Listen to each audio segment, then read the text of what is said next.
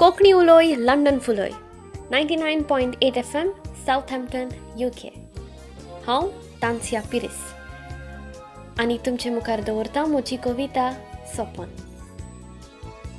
सोपोन सोपनेलें काळजांत बाळगिलें, सोपोन करूंक पुरें देवाक उबारलें.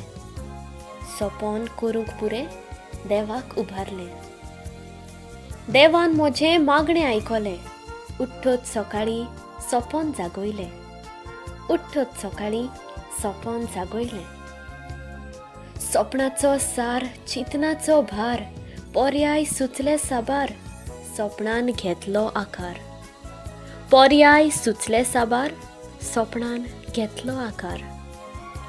वावराक लागलें चलत रावलें, थकोन पडलें उठून परत चल्लें.